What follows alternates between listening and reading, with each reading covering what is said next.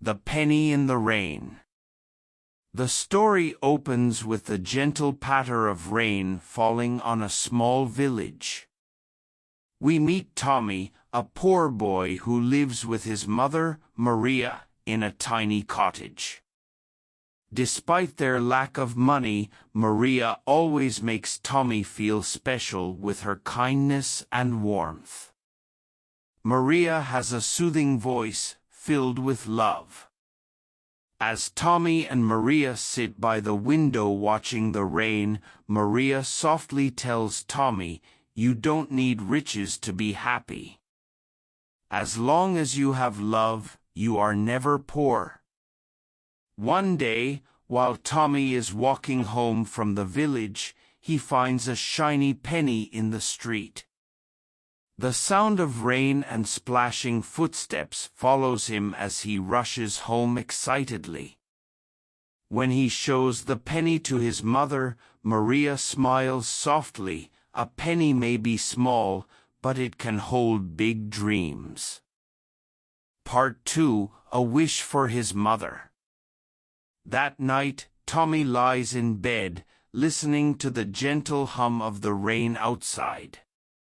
His voice is filled with thought as he narrates his wish. "I wish I could give my mother more. She deserves the world." The next day, Tommy overhears his mother talking with a neighbor, her voice filled with worry about paying for food and rent. Though she tries to stay cheerful, Tommy can hear the strain in her voice.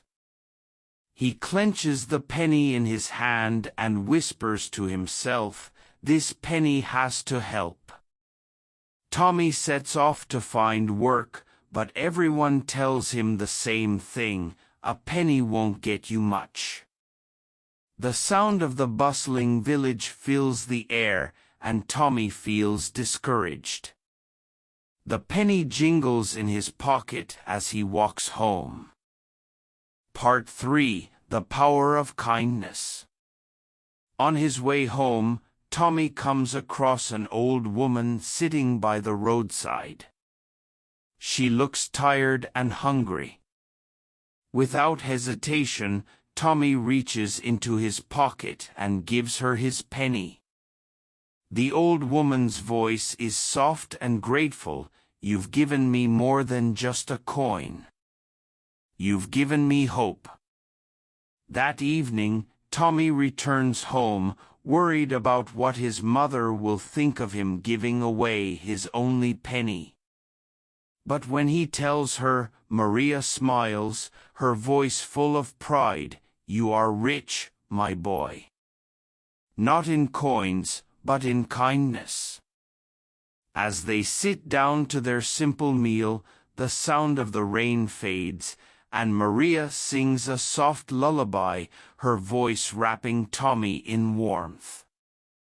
Tommy realizes that even though they don't have much, love and kindness are more valuable than gold. The story ends with Tommy's soft voice. "I may have given away a penny, but I gained something bigger." Part 1: A Basket of Hope.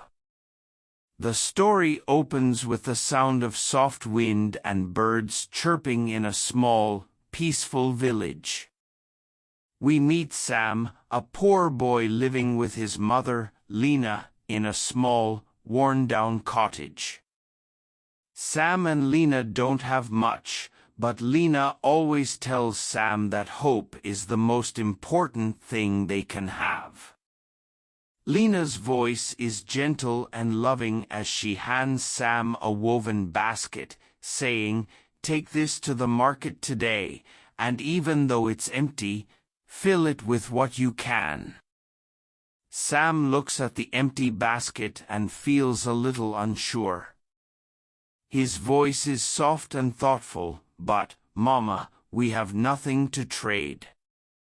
Lena smiles and replies, "Sometimes, kindness is all you need." With his mother's words in mind, Sam sets off to the village, The sound of his footsteps on the dirt road accompanied by the wind rustling in the trees. Part 1: A Basket of Hope. The story opens with the sound of soft wind and birds chirping in a small, peaceful village. We meet Sam, a poor boy living with his mother, Lena, in a small, worn-down cottage. Sam and Lena don't have much, but Lena always tells Sam that hope is the most important thing they can have. Lena's voice is gentle and loving as she hands Sam a woven basket, saying, "Take this to the market today, and even though it's empty, fill it with what you can." Sam looks at the empty basket and feels a little unsure. His voice is soft and thoughtful, "But, Mama, we have nothing to trade." Lena smiles and replies, "Sometimes, kindness is all you need." With his mother's words in mind, Sam sets off to the village, the sound of his footsteps on the dirt road accompanied by the wind rustling in the trees. Part 2: The Market Day. The market is bustling with lively chatter, the sounds of merchants calling out, and the clatter of carts. Sam walks through the market holding his empty basket, looking around at all the stalls filled with food and goods. He asks a few merchants if they have anything they can spare, but most are busy or don't have extra to give. Just when Sam is feeling discouraged, he sees an elderly fruit vendor struggling to carry her heavy crates. The sound of heavy crates being shuffled fills the air. Sam offers to help, and the vendor, grateful, gives him a few apples to put in his basket. "You've helped me more than you know, young man," she says with a kind voice. As Sam continues through the market, he helps others, picking up dropped items, carrying baskets, and even calming a lost puppy.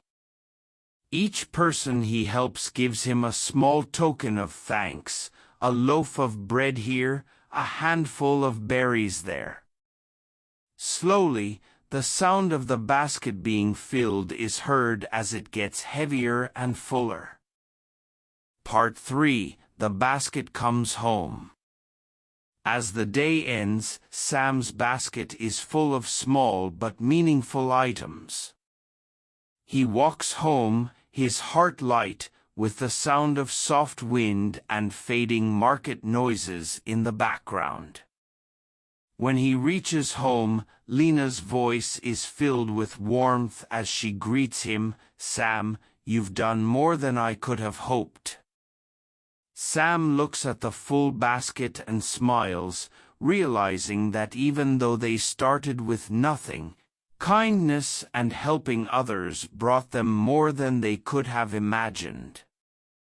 Lena's voice is soft as she says, "You see, my boy, it's not about what you have in your hands, but what you have in your heart."